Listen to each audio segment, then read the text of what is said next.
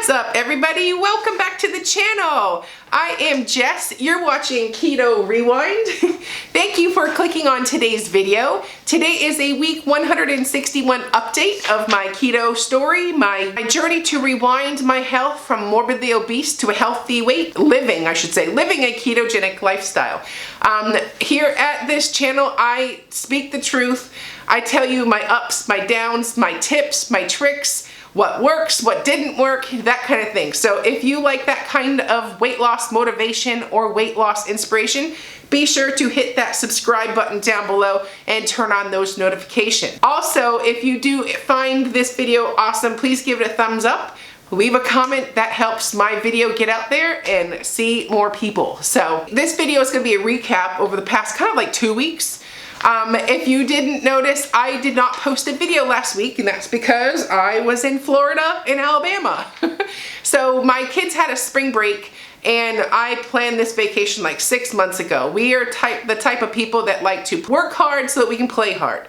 So we rented a house in the Gulf Shores, Alabama, and which is like on the border of Pensacola Beach, Florida, and Alabama, like right there.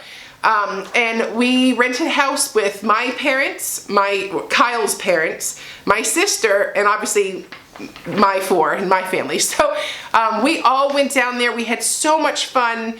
I probably can't tell because the lighting's horrible. We have a rainy day today, but I am nice and sun-kissed. I got lots of vitamin D. I feel so relaxed. And it was a great week. So the house that we rented had a spa, like a hot tub, pool, heated pool, volleyball courts, badminton courts, putting green, and then also horseshoes. So the outside amenities was so much fun.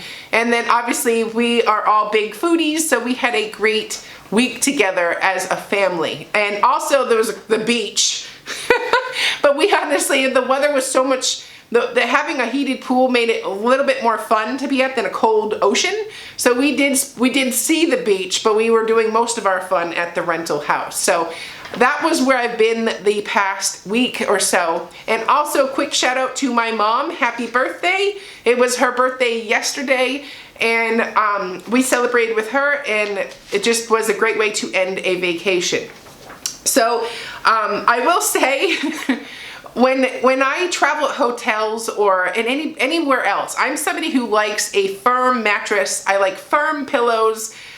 I sleep so much better that way. So the rental house that we stayed in had a very soft bed with very soft pillows, and I kid you not, I had the worst sleep. I swear I slept more last night than I slept all the past week in the rental house. And it's not the rental house's fault. I mean, that's just my personal preference. It's something that I always run into when I go to hotels or any place else. They always have soft beds. It reminded me how important getting sleep is. So I have been not the best at getting my full 8 hours of sleep. I'm usually in the 6-hour range. And where I could be getting 8, I choose to get 6 just by staying up too late. So I am going to make it a point to focus more on getting 8 hours of sleep, because it is huge when it comes to your weight loss journey. Your overall, the day that you're going to have the next day really helps to get a full night's rest. In addition to all the hard work you do the day prior, your body uses that time to get better. That's why we're sleeping. So sleep, sleep, sleep. So the next thing is we're right in the middle of the Rewind 90 challenge. And that's where I've done a 90-day challenge on this channel, where we have, 18 days or so left before the 90-day challenge is up. So having a vacation in the middle of a challenge is not ideal, but it's also life. So I noticed, as I'm thinking about what I'm going to do for my video today, what I'm going to talk about, it just like dawned on me that I don't have guilt. Usually, when I come back from a vacation or something that we had planned or whatnot, and I might eat off planned or have extras or whatever the case may be, I always have enormous amounts of guilt. Like, oh my God, I've just ruined everything. I've gained a couple pounds. It's like, you suck, you failed, and you can't do anything. All of that self-talk. I do to myself. So as this last couple of weeks, I've been working hard on the emotional side of my weight loss journey. Thinking about how I talk to myself, having that different view of it's not doom and gloom if something goes wrong, like just that emotional piece of the weight loss journey. So I don't know if that couple weeks of just trying to change the way I talk to myself, but I woke up this morning and I don't have guilt for having fun, eating extra food that I don't normally eat, drinking, alcohol that I normally don't drink, and it's like this sense of I had fun and I don't regret it. So that is a first for me because I normally always don't feel this way. So this is a huge win to actually be able to enjoy the vacation and to get the relaxation from the vacation, the whole point of it. It's awesome to be able to enjoy that, and not think I've failed or I've ruined everything or, all the stuff I normally do to myself. So that, huge win. So yes, it's inconvenient that it's in the middle of a challenge, but that 1 week doesn't define what I've been doing for the past 90 days. Well, it's not quite 90 days yet, but you know what I mean? I have put work in that I'm feeling the effects of now that are becoming more clear now, the routine for one. With that said, you're on a good routine or you have a routine that's working for you when you want to return to that routine when you come back to a vacation. I miss working out. We've played in other ways, but I like my workouts. I like going for walks. I like eating the foods I normally eat. I like the quantities of the foods I normally ate, so when you have been working hard to establish that routine, to go meal planning, to avoid restaurants, making all the meals, it is really nice to come home and long for that, desire that. So that means what I've been doing since January 1st, I'm on the right track because I want to get back to that. I liked that. That was a nice, comfortable routine that was doable for me that didn't feel like a diet. Now, another kudos would be, we obviously rented a house, so we did not eat out the entire vacation. We all took turns, cooking keto meals, but we didn't eat out and just gorge ourselves on restaurant food. We ate good food. A lot of it was keto, a lot of it was snacks and stuff that I don't normally do, chips and salsa, that kind of thing. I normally don't drink alcohol. I save that for, the fun times, social gatherings. It's not something I do every day. So where we were eating keto, 90% of the food, there were totally extras. There was alcohol, there was stuff like that. So, but the point is we didn't eat out. I'm still not eating out at restaurants and fast food and that is huge. That is awesome. Who goes on vacation and cooks their own meals? How cool is that? So again, that's part of this whole process. Yes, it may be slow. Little things like this, these little changes are going to be adding up, and I just have to notice the signs. Basically, just notice the signs that are sprinkled before me on this path. Yes, this is what we do. Keep doing this, go forward. So now that I don't have any guilt for enjoying myself the past week, I have desired my previous routine that I've been working hard and being consistent with. Now the next thing is, okay, so how do you jumpstart, and get going again? Get the ball moving. Well, the first thing is, I don't know if you remember my toolbox challenge. I'm gonna link the video here down in the cards, down in the description box, but my mom and I did a toolbox challenge, maybe a year ago now.